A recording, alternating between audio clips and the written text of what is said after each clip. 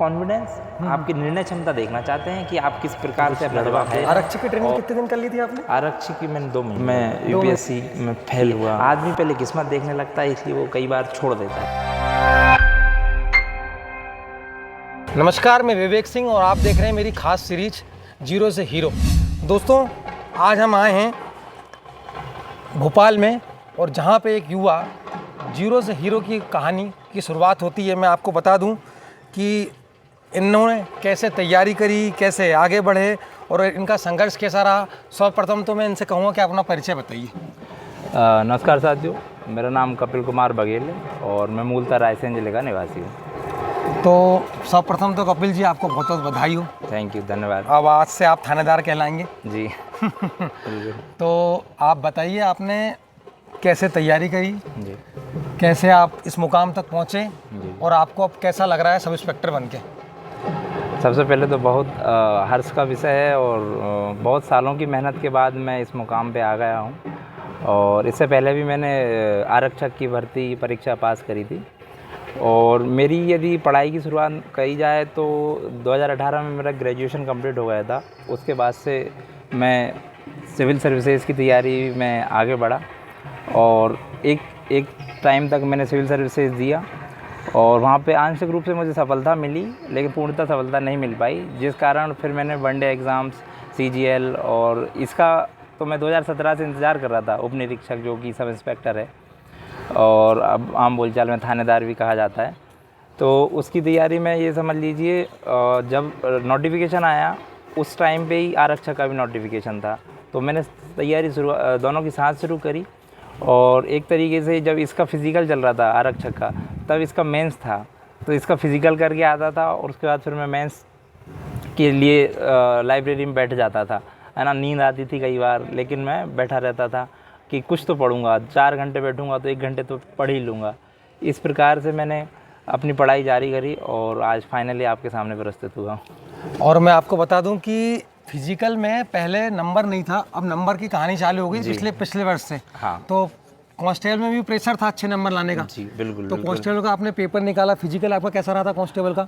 Constable का physical भी मैं 1-1.5 महीने का समय दिया था। मैं 23 की भर्ती में भी भागा था। अच्छा। तो उसका मुझे फ़ायदा मिला और जब 25 की भर्ती कांस्टेबल की आई तो मैं उसमें वही कह सकते हैं कि उसी लेवल पे रहा, लगभग 70 के पास मार्क्स आए मेरे फिजिकल में। कपिल जी, हम पहले तो बात ये करेंगे आपकी स्कूली शिक्षा कहाँ से हुई? हाँ जी। और आपने स्कूल में 12th तक आपकी शिक्षा कैसी रही, 10वीं 12वीं? जी।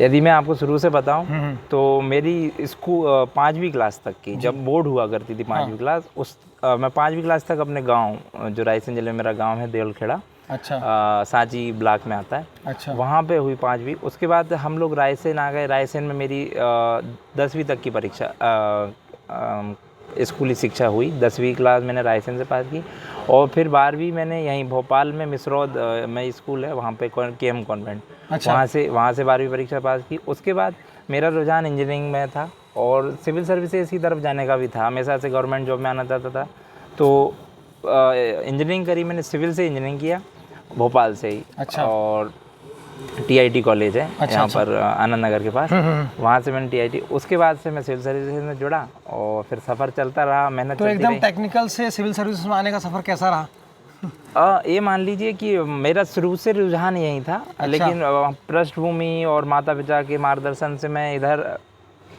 कहते हैं ना कि एक कहावत है कि इंजीनियरिंग में जाएगा तो दिमाग तेज चलेगा, मैं साइंस लेगा दिमाग तेज चलेगा, तो इस कारण मैंने इंजीनियरिंग करी। और सिविल उस टाइम पे बूम पे था, स्कोप था ज़्यादा था, तो मैंने सिविल से इंजीनियरिंग करी। उसके बाद मेरा रुझान हमेशा से यहीं था, तो मैं फिर जैसे ही मेरी ग्रेजुएशन कंप्लीट हुई मैं इसमें आ गया सिविल से। तो मैं आपको बता दूं कि कपिल जी ने अपनी शुरुआती स्कूली शिक्षा तो रायसेन से करी जी। फिर 10वीं 12वीं शायद केएम कॉन्वेंट स्कूल मिसरौद में है जी, उससे करी, फिर इंजीनियरिंग में आ गए। और मैं आपको बता दूं कि सब इंस्पेक्टर की जो भर्ती थी वो 2017 वर्ष से नहीं आई थी, मतलब 2017 के बाद से मध्य प्रदेश में नहीं आई थी। 8 साल से ऊपर हो गए थे, मतलब एक प्रकार से कहा जाए तो बहुपतिक भर्ती जी। मतलब बहुत प्रतीक्षा कर रहे हैं लोग बाग उसकी। जी। और थानेदार का एक ऐसा पद होता है कि सभी लोग तैयारी करने वाले जो वर्दी का जो सपना देखते हैं जो, जी। वो सब चाहते हैं कि हम थानेदारी बने। थानेदार, जी। और मैं आपको बता दूं 8 साल बाद भर्ती आई और मात्र 500 पद आए थे, है ना? जी जी जी, 500 जिसमें पद। सूबेदार और सूबेदार, एसएएफ भी था, और प्लाटून कमांडर और जिला बल जिला बल सब जी, इंस्पेक्टर। जी और कपिल जी ट्रेनिंग कर रहे थे जी सिपाही की। जी जी मेन बात ये है कि सिपाही की परीक्षा निकाल चुके थे, इनका सिपाही में चयन हो गया था और ट्रेनिंग कर रहे थे, और ट्रेनिंग के समय ही रिजल्ट आया। हाँ जी। तो पहला कॉल किसका था कि रिजल्ट आ गया भैया चेक करो? एक मेरे साथी थे पीटीएस में। अच्छा। जी, उनको पता था कि मैं ये सब दे के आया हूँ, तो उनके पास आया तो वो कॉल किए कि भैया देखिए जल्दी से रिजल्ट आया। अच्छा अच्छा। तो मैं सही बताऊँ आपको, बिल्कुल हकीकत ये है कि जब मेरा रिजल्ट आया तो मैंने अपना रोल नंबर और जो सब है डाला, तो वो लड़का आया कि भैया दिखाई, तो वो बोला लाई हम डालते हैं। मैंने कहा नहीं, मैंने डाल दिया, देखो तुम। अब यकीन मानिए कि मैं देख नहीं पा रहा था अपना रिजल्ट। मैंने उसको दिखाया, उसने कहा कि भैया ऑल एमपी मतलब यूआर में आपका जनरल कैटेगरी में 21वां रैंक है। जनरल कैटेगरी में 21वां रैंक? जी जी जी। तो मैं देखा तो सबसे पहले मैं अपने चाचा जी जो हमारे हैं उनको कॉल किया, फिर पिताजी को, सबको घर पे बताया। फिर चाचा जी और पिताजी का रिएक्शन क्या था? अरे आप ये मान लीजिए इतनी मतलब कि बोले कि तपस्या पूर्ण हो गई। पूर्ण हो गई मतलब आपका सिविल सर्विस में जाने का उच्च पद का जो सपना था एक प्रकार से पूर्ण हो चुका है। पूर्ण। मैं हमेशा से सिविल सर्विसेज में जाना चाहता था, और अभी भी ऐसा नहीं है कि उस पर विराम लगा दिया है। मैं अभी भी निरंतर प्रयास करता रहूँगा साथ साथ में। एमपीपीएससी की तरफ बढ़ेंगे, डीएसपी की तरफ या यूपीएससी की तरफ? क्योंकि जनसेवा और जो देशभक्ति का जज्बा हमेशा मन में था, वो अब ऊपर नीचे कुछ नहीं होता है, आपके अंदर जज्बा वो आप कहीं से भी कर सकते हैं। तो वो जज्बा अभी भी है, बस ये है कि जब ऊपर जाते हैं तो थोड़ी शक्तियाँ आती हैं, आप ज़्यादा फ्रीली काम कर सकते हैं, बस ये। और थानेदार का जो पद होता है ना, बहुत जी जी, अच्छा पद होता है, मतलब लोगों के से जुड़ा हुआ और माना जाता है तो एक प्रकार से पावरफुल पद होता है, मैं जो न्याय भी करता है। जी, आप उससे सहमत हूँ। और इसमें एक चीज़ और जोड़ना चाहूँगा, ये कड़ी है जनता से और ऊपर जो आपके अधिकारी हैं उनसे सीधा संवाद, दोनों तरफ आप सीधा संवाद करते हैं। और आपकी हॉबीज़ क्या है? मेरी हॉबीज़ ये समझ लीजिए, मैं जैसे आपको बताया सिविल सर्विसेज की तैयारी करते दौरान मैं खाना बनाना सीखा, और खाना बनाना मुझे, अब खाना बनाना और साथ में खाना खिलाना बहुत अच्छा पसंद है मुझे। तो मेरी एक हॉबी वो है। और मैं बुक पढ़ता हूँ, बहुत सारी बुक्स पढ़ता हूँ। और हाँ, गार्डनिंग पसंद है मुझे। अच्छा। हाँ, पेड़ पौधे बड़े पसंद है मुझे, हरियाली पसंद है, और गज़ल वगज़ल पढ़ना लिखना। और मूवी वगैरह? मूवीज़ भी हैं, जैसे आजकल जो फ्रॉड है, तो इस टाइप की जो मूवीज़ आ रही हैं, रियलिस्टिक सिनेमा मुझे पसंद है। अच्छा, जी बहुत। और कपिल जी, हम ये पूछना चाहेंगे कि आपने तैयारी कहाँ से चालू करी? क्योंकि मेन प्रश्न तो यही है जी, क्योंकि आप जो है कई लोगों के मार्गदर्शक बनेंगे, अपने गांव के, अपने ज़िले के, आप जहाँ रहते हैं आसपास क्षेत्र, जैसे मान के चलिए आपने तैयारी कहाँ करी है फिजिकल की? मैं फिजिकल में भोपाल में BHEL भेल ग्राउंड है। अब BHEL भेल ग्राउंड में तो मान के चलिए 1000 लोग आते हैं। जी जी। तो आप उनके प्रकार से आदर्श हो गए आप कि भैया कपिल भैया का हो गया है, अब हमें उनको देखना है। तो कपिल जी उनके लिए मूलतः मतलब जो भी ये देख रहा हो, उसके लिए प्री मेंस इंटरव्यू थोड़ा ये जरूरी है। जी हाँ, मैं ये कह रहा हूँ, यदि प्री की बात और मेंस की बात करें तो ज़्यादा अंतर नहीं है, और हर परीक्षा का अपना एक सिलेबस होता है पहले से डिटरमाइन। तो आप वो सिलेबस उठाएं, सबसे पहले तो आप अपना सिलेबस उठाएं। और जैसे कि अभी 9 साल बाद, 8 से 9 साल बाद, 9 साल करीब बाद है, तो इसका सिलेबस भी चेंज हुआ। लेकिन एक परीक्षा जैसे हम लोग जो दे के आए हैं, जो नई परीक्षा आने वाली है, नए विद्यार्थी जो देख रहे हैं, उनके लिए मैं ये कहूँगा सबसे पहले तो जो सिलेबस है उसको प्रिंट आउट हार्ड कॉपी में निकलवा लीजिए। अच्छा। अपनी दीवार पे लगा लीजिए, जहाँ आप लाइब्रेरी में पढ़ते हैं, घर में रूम में पढ़ते हैं, उसको चिपका लीजिए। और जो अक्षर सा जो सिलेबस है, आप उसको एक बार कंप्लीट कर लेंगे तो आपका आत्मविश्वास बढ़ेगा। एक बार कंप्लीट करने का मतलब ये है कि आप एक बार उसके गो थ्रू हो जाएंगे, चले जाएंगे उस पर। प्री, और देखो प्री में तो कुछ डिटरमिनेंट सब्जेक्ट हैं, तो आप सब्जेक्ट कितना ही पढ़ लीजिए, लेकिन मैं कहूँगा कुछ कॉमन सब्जेक्ट हैं उनको बहुत ज़्यादा अच्छे से पढ़ लीजिए। मेंस में जैसे पॉलिटी हो गई, हिस्ट्री हो गई, जो भूगोल है। कोई ऐसी बुक जो प्री और मेंस के लिए प्रेफर कर सकते हैं आप? मैं ऐसी कोई ऐसे पर्टिकुलर मैं बुक नहीं बता सकता हूँ जो मैंने पढ़ी है, लेकिन वो एक बुक इतनी मोटी है तो आप उसमें घूम के रह जाएंगे। कुछ युवा जो नए होते हैं अब वो सोचते हैं हम कोचिंग चले जाएं। जी जी जी। तो अब कोचिंग चले जाएं कि ऑनलाइन, क्योंकि ऑनलाइन का चलन अब ज़्यादा है जी, तो यून युवाओं के लिए अगर आप एक आध कुछ चैनल ही बता दें या फिर कुछ बुक बता दें या नोट्स बता दें तो उनके लिए काफ़ी अच्छा रहेगा। हाँ, मैं ये भी बता सकता हूँ। देखिए जी, मैंने जैसा कहा कि PYQ देखना है, PYQ देखने के लिए एक परफेक्शन अकेडमी है, अच्छा, यूट्यूब पे। तो यूट्यूब पे वो पढ़ाते हैं। अच्छा। मैं कहूँगा किसी वीडियो के चक्कर में ना जाएं, आप खुद जितना सेल्फ स्टडी पढ़ेंगे नोट से उतना वो आपके लिए बेहतर होगा और क्वेश्चन लगाएंगे उसके लिए।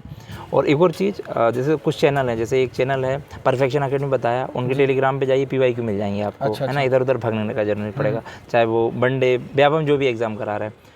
और एक है कोरा कागज़ UPSC करके, मैं रिवील कर रहा हूँ, जिससे मैं लास्ट में पढ़ा था। कोरा कागज़ UPSC करके एक चैनल है, आप उसको सब्सक्राइब करिए।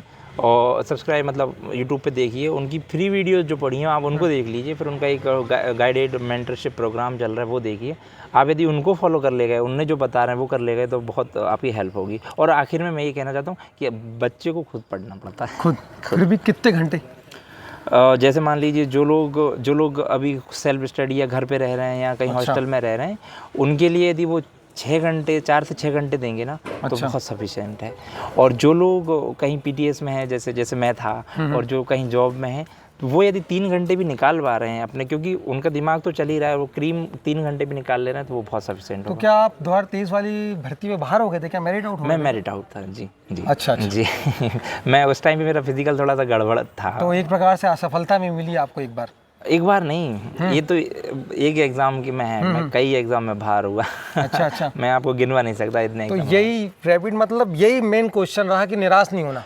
मैं इस पे एक बात कहना चाहूँगा कि जो भी युवा हैं, जो उनको 8-8 साल 5-5 साल 3-3 साल भी हो गए हैं ना, मैं ये कहता हूँ कि आप निराश मत होइए, लगे रहिए, बस छोड़ना नहीं है ना। क्योंकि कई बार कहते हैं ना, हमारे यहाँ एक कहावत है कि आप सफलता जो होती है, अब मेहनत जो होती है, मेहनत दे के जाती है। हम इसका मतलब ये समझ लीजिए कि आप करते रहेंगे ना, तो मेहनत आपको दे के जाएगी, लंबे रास्ते से नहीं। और एक और चीज़ मैं इसमें ऐड करना चाहूँगा मेहनत और सफलता के समय, कि बहुत बड़े एक शायर हैं, नाम भूल रहा हूँ उनका, उन्होंने एक बात कही थी कि जैसे ये अपना हाथ है, मेहनत और किस्मत की बात बता रहा हूँ मैं, ये हाथ है, तो ये अपनी पाम जो गद्दी कहते हैं, इसमें कहते हैं रेखाएँ हैं जी, और रेखाओं से पहले क्या है? अपनी उंगलियां। तो ऐसे कहा जाता है कि भगवान ने पहले उंगलियां दी, फिर अपनी रेखाएं दी। तो उंगलियां मतलब मेहनत, आप मेहनत करिए और बाद में किस्मत आपको देगी। तो मैं कहता हूँ कि पहले भगवान ने दिया ही इसलिए है कि आप उंगलियां, पहले मेहनत, फिर किस्मत आती है। आदमी पहले किस्मत देखने लगता है, इसलिए वो कई बार छोड़ देता है। तो छोड़िए मत। आप निराश नहीं हुए, सबसे बड़ी निराश नहीं हुए। और घर वालों का सपोर्ट बहुत रहा, मेरे मित्र और जो हैं मेरे गाइडेंस हमेशा से प्रेरित करते रहे कि आखिरी में देर सवेर आ जाएगी। इस संघर्ष में सबसे कठिन दौर क्या रहा? कठिन दौर कि जब मैं UPSC में फेल हुआ, बहुत पास जाके कई बार फेल हुआ मैं, तब मुझे बुरा लगा। फिर मैं PSC में भी फेल हुआ कई बार, और वनडे एग्ज़ाम CGL वगैरह में भी एग्ज़ाम दिए। मतलब एक स्टेज तो मैं पार कर गया, लेकिन दूसरी स्टेज में कई बार फेल हो गए। फिर इसमें भी मैं फेल आया, जब वनडे दिया मैंने, तो वनडे में भी मैं फेल हुआ। लेकिन मैंने कहा कि कहीं ना कहीं कुछ ना कुछ गड़बड़ है। आरक्षक की ट्रेनिंग कितने दिन कर ली थी आपने? आरक्षक की मैंने 2 महीने लगभग 2 महीने ट्रेनिंग हो गई जी जी। अब जैसे आपने आरक्षक की ट्रेनिंग कर ली थी, आप SI का पेपर इंटरव्यू दे गए थे? जी जी। इंटरव्यू में कैसा क्या रहा था? इंटरव्यू में भी बड़ा सुखद अनुभव रहा। जो मैं जीवन में, जो जैसे मैंने आपको बताया, ये मुझसे हॉबीज़ ही पूछी गई। अच्छा। जो मैं करते आ रहा था। शुरुआती क्वेश्चन क्या थे? शुरुआती क्वेश्चन ये समझ लीजिए, आपने पढ़ाई शिक्षा के, फिर जो भी शिक्षा में, मान लीजिए मैंने सिविल इंजीनियरिंग किया तो 1-2 सवाल उससे थे। फिर मेरे गृह जिला से सवाल थे आपके, गृह जिला आज और उसकी ऐतिहासिक पृष्ठभूमि, और क्यों आगे है तो क्यों आगे, और पीछे है तो क्यों, क्या कारण है, ये सब। और इतिहास पूछा मुझसे, मैं इतिहास अच्छा है मेरा सब्जेक्ट। और जैसे उस टाइम पे तेल संकट और जो गैस संकट चल रहा था युद्ध के कारण, ईरान और इजराइल युद्ध के कारण जो चल रहा था, वो उसके बारे में। पर्यावरण दिवस था, उसके बारे में पूछा। और हॉबीज़ पूछी मुझसे। अच्छा। और आप सब इंस्पेक्टर बनने आ रहे हैं तो आपकी क्या प्राथमिकताएं रहेंगी, जैसे भ्रष्टाचार एक बहुत बड़ा मुद्दा है, तो वो सब क्वेश्चन। तो ऐसा कुछ इंटरव्यू में ऐसा हुआ था कि आपको उन्होंने घुमाने की कोशिश करी? नहीं, वो मुझे लगता है कि वो आपका कॉन्फिडेंस, आपकी निर्णय क्षमता देखना चाहते हैं कि आप किस प्रकार से अपना जवाब दे रहे हैं। और आप यदि क्योंकि ऐसा ही एक अधिकारी पद है ना, आपके ऊपर जिम्मेदारियां रहती हैं, है ना। थाना प्रभारी भी बन सकते हैं। थाना प्रभारी रहते हैं, कोतवाली प्रभारी रहते हैं, और कई बार आपको इन्वेस्टिगेशन करने खुद ज़्यादा जाना पड़ता है। तो आप निर्णय क्षमता क्या है ना, आप इस मूवमेंट पे आए हैं, आप घबरा रहे हैं क्या नहीं घबरा रहे, वो सब देखते हैं। मतलब मैं ये कहूँगा, यदि आपने पढ़ा है तो आप बिल्कुल बेनिश्चिंत होकर इंटरव्यू में जाएंगे। परिवार या आसपास कभी कोई दबाव आया कि भैया अब इतने टाइम हो गया? देखिए हम लोग जैसे मनुष्य एक सामाजिक प्राणी है ना, प्लेटो ने कहा है कि तो समाज से ही हम हैं, हमसे ही समाज है, ऐसा कहते हैं ना, पर्याय हैं, और समाज मिल के देश बनाता है। तो समाज का प्रेशर कहीं ना कहीं जाने अनजाने आ जाता है। मुझ पे नहीं आया, मेरे घर वालों पे आया, घर वाले मुझे नहीं बताया, लेकिन जब आप प्रोसेस में होते हो तो आपको समझ में आता है प्रेशर कई बार। जैसे हमने एक सीरीज चलाई है जीरो से हीरो, जी, तो अब जो युवा हैं जो जीरो हैं जी, उनको हीरो में, आपका नाम तो अब हीरो में आ गया है क्योंकि आप सब इंस्पेक्टर बन गए हैं। जी। तो मेरा ये कहना है कि आप सब इंस्पेक्टर बने हैं और आपके अब युवाओं के प्रति एक संदेश आपके प्रति से जाना चाहिए। जी, आप एक संदेश दो उन युवाओं को जी, जो ये तैयारी छोड़ देते हैं या कभी हार मान जाते हैं या सोचते हैं अब अपने से नहीं होगा, रहने दो। जी, अब आपने 500 पद आए जी, पर आपने बिल्कुल संघर्ष किया और आप 21वीं रैंक लाए। जी, तो पहले तो हमारी भी बधाई, आप जीरो से हीरो बन गए, आप थानेदार कपिल हो गए। जी, जी, तो बस अब यही कहना चाहूँगा कि ज़्यादा समय ना लेते हो क्योंकि आप भी और मैं भी आपका समय ना लेते हो, एक उन युवाओं के एक आप बताइए भाई तैयारी कर रहे हो, अगर वनडे की कर रहे हो तो भाई ये कमी नहीं रहनी चाहिए, ये तो बहुत ज़रूरी है। जी। जैसे मैथ्स रहना चाहिए, रीजनिंग रहना चाहिए, जीके जीएस, ये सब। मैं जैसे मैंने अभी बताया कि सबसे पहले तो छोड़ना नहीं है, और कुछ चीज़ें हैं जो कॉमन हैं। हर परीक्षा का एक प्री डिटरमिन्ड सिलेबस होता है, लेकिन उसमें भी कुछ चीज़ें ऐसी होती हैं जो कॉमन होती हैं। आप यदि वो तैयारी करके बैठे हैं और फिर कोई भी परीक्षा आती है, आप उसका जो भी नया है वो पढ़ लेते हैं, तो एक कम समय में भी अच्छी तैयारी हो जाती है। और मुझे लगता है कि एक समय पे एक जगह जाइए, है ना। कई बार जैसे मैं भी कई बार 10 फॉर्म भर दिए हैं और 15 दूसरे तीसरे दिन पेपर है, तो मैं किसी भी परीक्षा में अपना 100% नहीं दे पा रहा है ना। जैसे आजकल के जो युवा हैं, यदि विराट कोहली जी से हम एक सीख लें तो वो उनका कहना है कि यदि आप कहीं जा रहे हैं तो अपना 100% लेके मत जाइए, आप अपना 110% लेके जाइए।